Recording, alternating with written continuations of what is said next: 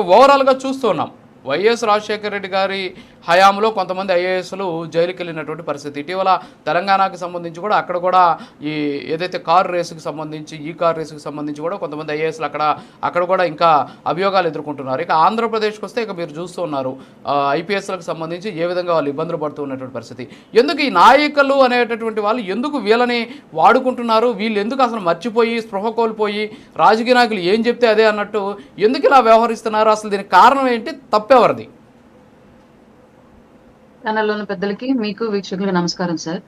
Indian administrative service and Indian police service అనేది ఇంతకు ముందు ఏ ఉద్యోగి అయినా ఏ ఆఫీసర్ అయినా ఛాలెంజింగ్ గా తీసుకొని పనిచేసేటువంటి వ్యవస్థని గతంలో మనం చూసాము. కానీ గత 15-20 ఏళ్లుగా అంటే మాకు ఊహ తెలిసి మేము గమనించడం మొదలుపెట్టిన దగ్గర నుంచి మాత్రం అంతకుముందు మాకు అంతగా తెలియదు, పుస్తకాల్లో చదువుకోవడం తప్ప. పెద్ద పెద్ద ఆఫీసర్స్ ఎమ్మెల్యేలని మినిస్టర్లను కూడా రోడ్డు మీద లాక్కెళ్ళి అరెస్టులు చేశారు ఆ టైంలో అన్నటువంటి స్టోరీలు చదివామో తప్ప మేము చూడలేదు. బట్ మేము చూడడం మొదలుపెట్టిన దగ్గర నుంచి పూర్తిగా ఈ సిస్టమ్ లోకి అడ్మినిస్ట్రేటివ్ సర్వీస్ లోకి క్యాస్ట్ అనేది ఒకటి ఎంటర్ అయింది ఫస్ట్.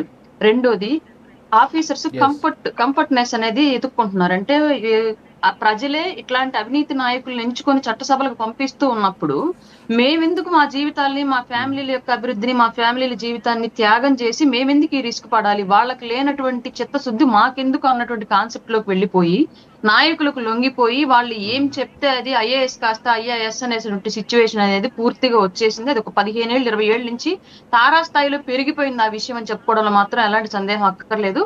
దాంట్లో భాగంగానే వైఎస్ రాజశేఖర రెడ్డి గారి టైంలో అది పీక్స్ లో కనిపించింది. అసలు ఏకంగా అరెస్టులు అయ్యి డైరెక్ట్ గా స్కాముల్లో ఐఏఎస్ ఆఫీసర్లు ఇన్వాల్వ్ అయ్యి అందులో వాళ్లే ప్రధాన నిందితులుగా మిగిలిపోయి ఆ తర్వాత జైళ్లకు వెళ్లిపోయి 5-6 ఏళ్ల పాటు కేసుల్ని ఫేస్ చేస్తూ లాయర్లను పెట్టుకొని కోర్టులతో పోరాడుతూ ఆ తర్వాత మరలా జగన్మోహన్ రెడ్డి గారు వచ్చిన తర్వాత వాళ్ళు మళ్ళీ రిలీజ్ అయ్యి ఆ తర్వాత మళ్ళీ ఇప్పుడు సేమ్ కేసులు తిరిగి మళ్ళీ ఫామ్ లోకి వచ్చేసి ఇలా అంటే ఆఫీసరు ఛాలెంజింగ్ గా పనిచేస్తే ఎంత జరుగుతుందో లేదు తెలియదు. కానీ నాయకులకి బెండ్ అయిపోతే ఉన్నన్ని రోజులు అంటే వాళ్ళ అధికారంలో ఉన్నన్ని రోజులు మనం లగ్జరీగా బతకొచ్చు, ఆర్థికంగా సెటిల్ అవ్వచ్చు, మన ఫ్యామిలీస్ కంఫర్ట్ జోన్ లో ఉంటాయి అన్నటువంటి ఒక ఉద్దేశాన్ని మాత్రం కంప్లీట్ గా ఆ వ్యవస్థ అలవరుచుకుంది అని చెప్పుకోవడానికి అయితే ఇవి చాలా సంఘటనలు అయితే 20 ఏళ్ల పాటు జరిగాయి.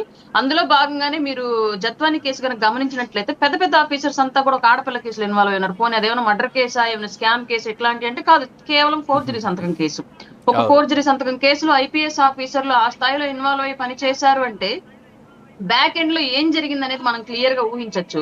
అట్లాగే ఒకళ్ళని కాదు సార్, ఇక్కడ మళ్ళీ ఇంకొక విషయం క్లియర్ గా చెప్తాను. దీన్ని నేను పార్టీకి అతీతంగా చెప్తున్నాను. ఈ విషయాన్ని మళ్ళీ పార్టీకి అంటగట్టద్దు.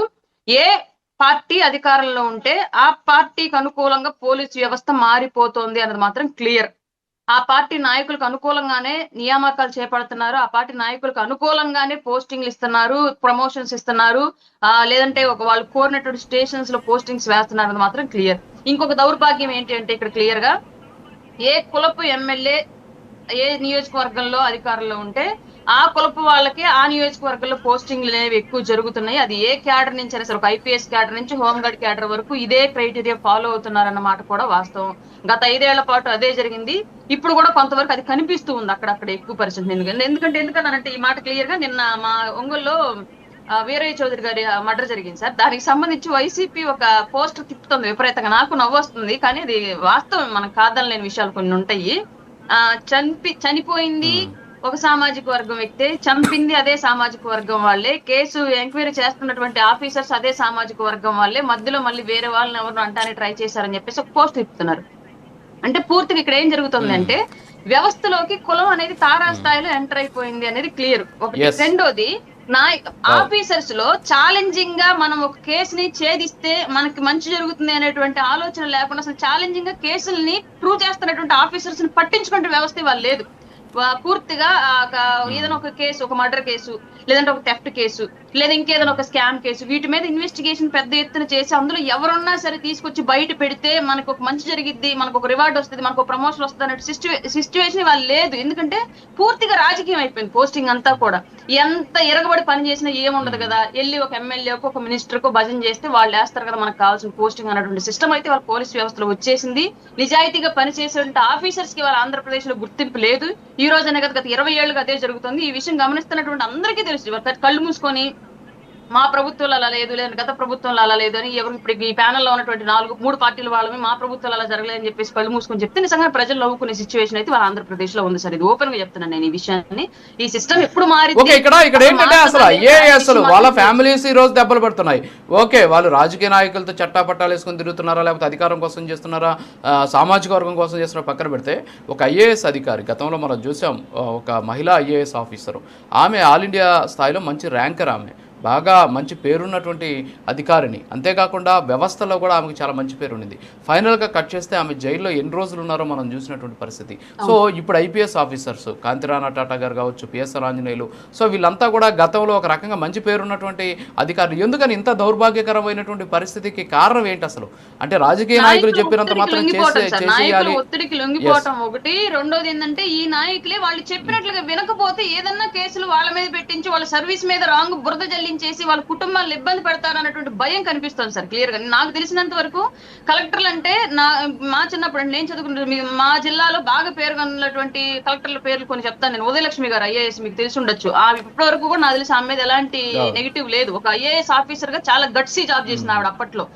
మాతంగి వ్యవస్థని రూపుమాపటంలో కానివ్వండి, గ్రామాల్లో ఉన్నటువంటి అణగారిన అంటే అగ్ర కులాలు అణగారిన కులాల మీద కొన్ని వృత్తిపరంగా చేస్తున్నటువంటి దాష్టికాలకు కానివ్వండి, ఇలా ఎన్నో అంశాల మీద ఆవిడ అధికారులకి రాజకీయాలకు అతీతంగా ఒక అధికారిగా ఆవిడకున్నటువంటి పవర్స్ ను ఉపయోగించుకొని చాలా గట్సీ జాబ్ చేసి అప్పట్లో కొన్ని వ్యవస్థల్ని రూపుమాపేసి వాళ్ళ కోసం కొన్ని పాలసీలను తీసుకొచ్చింది. గవర్నమెంట్ నొప్పించి మరి స్టేట్ గవర్నమెంట్ ని సెంట్రల్ గవర్నమెంట్ తో కూడా పోరాడి మరి తీసుకొచ్చింది ఆవిడ. అట్లాంటి ఆవిడ కాంతిలాల్ దండే గారు, ఇలా అంటే చాలా మంది మా జిల్లాలో మాకు ఊహ తెలిసిన తర్వాత అట్లాంటి వాళ్ళు చాలా గట్సీ జాబ్ చేసి నాయకులకి పార్టీలకు అతీతంగా కలెక్టర్ల పేరు నిలబెట్టుకునేలాగా చేసిన వాళ్ళు చాలా మంది ఉన్నారు. బట్ ఇవాళ ఈ మధ్య కాలంలో అట్లాంటి కలెక్టర్స్ ని మీరు ఒక్కళ్ళని చూపించండి చూద్దాం, లేదా అలాంటి ఐపీఎస్ ఆఫీసర్. ఇప్పుడు ఐపీఎస్ ఆఫీసర్ అంటే గుర్తొచ్చింది మీకు, ఇంకో పేరు చెప్తాను నేను, లడ్డా గారు. ఇప్పుడు ఆయన ఇంటెలిజెన్స్ విభాగంలోనే ఉన్నట్టున్నారు మన గవర్నమెంట్, ఈ గవర్నమెంట్ లో.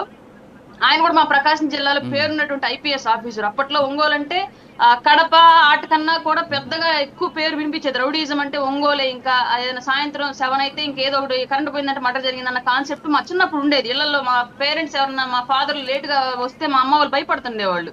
ఎందుకు ఏంటి సంగతి అంటే ఖచ్చితంగా అంత ఆ స్థాయిలో రౌడీజం అప్పట్లో ఉండేది. కానీ ఒక్క లడ్డా గారు మా జిల్లాకి ఎస్పీగా చేసిన టైంలో కంప్లీట్ గా రౌడీజం రూపు మాపాడు. అక్కడ రాజకీయాలను పట్టించుకోవాలి, నాయకులు ఒత్తిడిని పట్టించుకోవాలి, అవసరమైతే నాయకులను కూడా వేసేస్తాను అడ్డ వస్తాయని చెప్పి క్లియర్ గా చెప్పాడు. ఆ టైంలో ఎన్కౌంటర్లు జరగడం కానివ్వండి, రెండో క్వశ్చన్ వేసాడు. ఒకటి మారిపోయారని చెప్పి నటనలు చేస్తే ఒప్పుకోను, ఒకటి పారిపోండి లేదా చచ్చిపోండి, రెండే పెట్టాడు అప్పట్లో ప్రకాశం జిల్లాలో ఆయన రూలు. ఆ దెబ్బకు చాలా మంది కూడా